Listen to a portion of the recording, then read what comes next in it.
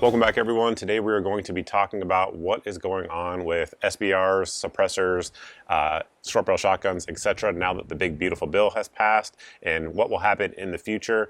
You guys have blown up my comment section of my most recent video on this, which is great. I really appreciate it. Those questions are what I used to make the notes for this video, because I want to answer all of them for you and let you guys know what is going to happen over the next 6 months and then probably beyond that as well. So again, to back up for those of you guys who are new, because a lot of people also seem to not understand what actually happened in the big beautiful bill.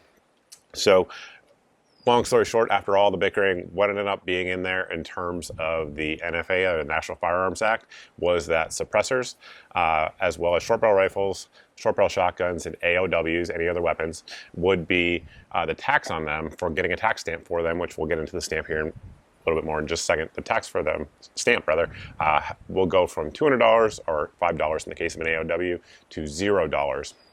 However, everything else, including the enhanced background checks, all the fingerprints, notifying the Clio, the registration, which is very important, all of that stuff is still intact, as well as the wait periods, as well as if you get caught with one of these items, whatever that is, like say like a homemade suppressor that you didn't file the right form on, if you get caught with that, or even the parts, according to the ATF anyway, then you can be charged and convicted and sent to prison for 10 years for each one of those offenses. So the NFA and the penalties and all of the nonsense that comes with it is very much so still in place as of right now when I'm recording this video. However, the only thing that has changed is that the stamp valuation, the amount of tax you have to pay for these items, goes down to $0 instead of $200. And that brings us to the next question, which is, when does this go into effect? So as of right now, it is scheduled to go into effect. The removal of that $200 fee dropped down to $0 is scheduled to happen on January 1st of 2026. However, I frequently talk to people who are lobbyists as well as regulators and work up on Capitol Hill as well as within these agencies. Several of them have told me there are multiple efforts from multiple different angles trying to get that date moved up, but they all pretty much say that they don't think it's very likely, but it is possible. So I say that to say just expect and plan on January 1st. That's what I'm personally doing, because no notices have gone out to FFLs or SOTs or anything like that yet. So until that happens, you know, it's really nothing's going to happen, because they have to instruct the folks who are doing these transfers on how to do it. That hasn't happened yet and is scheduled to happen again, January 1st, 2026. Many of you guys have probably heard, especially if you follow me on social media, that there are a few different lawsuits that have been launched. GOA launched the first one, as well as several other groups. There's pretty much all of the good Pro 2A groups, Second Amendment Foundation, FPC, NAGR, all the good ones. Have launched lawsuits, and they're taking different approaches to it. One of the main people suing is Palmetto State Armory, which I'm glad to see. They are big actual 2A supporters, so they're throwing their money and their might behind it. They've also done a few promotional products rather. Again, if you guys follow me on social media, you will have seen them for this. So it definitely looks good, but what is the basis of the lawsuit? The basis of the lawsuits, both of them that I'm aware of right now, are that, as I mentioned in the previous video, in 1937, the NFA was challenged up to the Supreme Court, and I should roll in the case and all that stuff here on the screen. And the Supreme Court ruled that the NFA was lawful because it wasn't primarily a registry, and it wasn't primarily a restriction in your Second Amendment rights. Not my words. You can read the ruling, but it was upheld because it was primarily a tax. So if the items now that fall under the NFA don't have a tax and a regulatory tax scheme behind it, then obviously they are unlawful, because Article 1 does not give the federal government the ability to regulate these items. It is pretty black and white.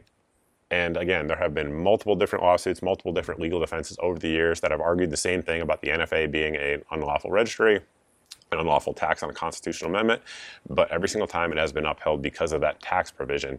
Additionally, I should mention, I didn't mention it earlier, that destructive devices as well as machine guns are not covered under this, so those still have the same $200 regulatory scheme in place under the NFA. So the NFA, even if these lawsuits are successful and these items get removed from the NFA will still exist for those two items. However, I think it is a very good chance that these items will be removed from the NFA because the lawsuits, again, every single time, 100% of the time since 1934 that these have ever been upheld, which is every time, it has always been because of the tax scheme. However, there is another approach that I think someone will take in terms of a legal opposition to these items. And that is, of course, the Firearms Protection Act of 1986. And what that does is it bans governments from establishing an unlawful gun registry. In fact, many times the federal government has claimed that it wasn't a registry, but it was in fact, the NFA, when I say it, was in fact established as a way to track taxes paid. That's what they have said many, many times in court.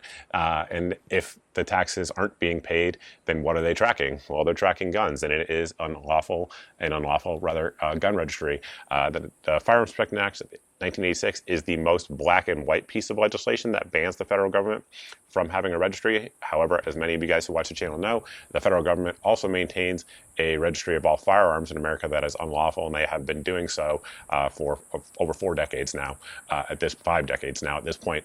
And no one seems to have struck them down on that. So I'm not sure that approach in terms of the Firearms Protection Act and the registry aspect of it is as strong as the tax aspect of these lawsuits, but it is a very good one that if we actually had judges that would uphold the law, that could hopefully, in theory, lead to both the ATF's normal registry that they do maintain on all firearms in America, as well as the NFA items being deleted and burned out in front of the ATF headquarters.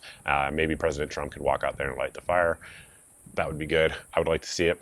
Again, I doubt it will happen. However, one thing to be careful of is that if these things are to happen, they need to happen relatively quickly. One thing that a lot of people brought up in the comment section of my last video was that now Congress could just change the rate on NFA items to $5,000 or $10,000, which is true. That's absolutely true. However, it has nothing to do with what just happened in the big beautiful bill. That has always been the case. The NFA has always been able to be modified by Congress. They just never really did because NFA items were so scarce, and in fact, they're almost never used in crimes, that they simply just didn't get a lot of attention. So I just wanted to clarify that point because a lot of people brought that up.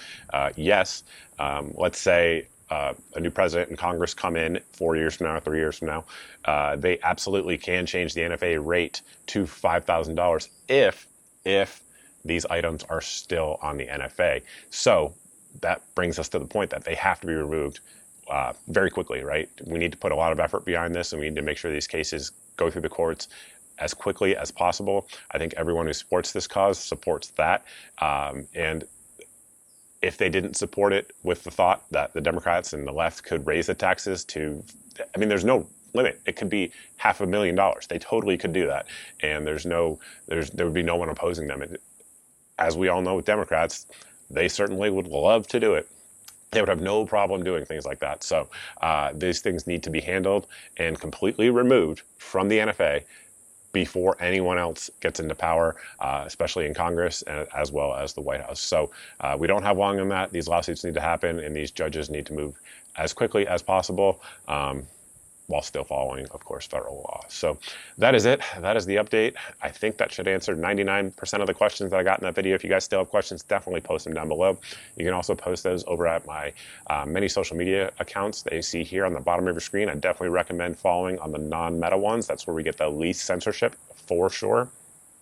If you guys have done that and you like this video and you're not subscribed, which about half of you guys aren't. So if you like this type of video and these type of informational knowledge drops, if you will, go ahead and hit the subscribe button. We do them from time to time, actually relatively frequently these days on the channel.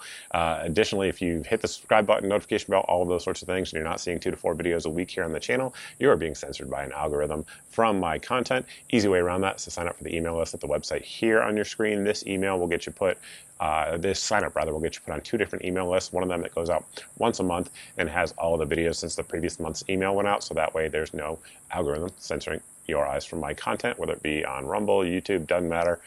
That way they will go straight to you. It will also get you put on the Daily Deals email.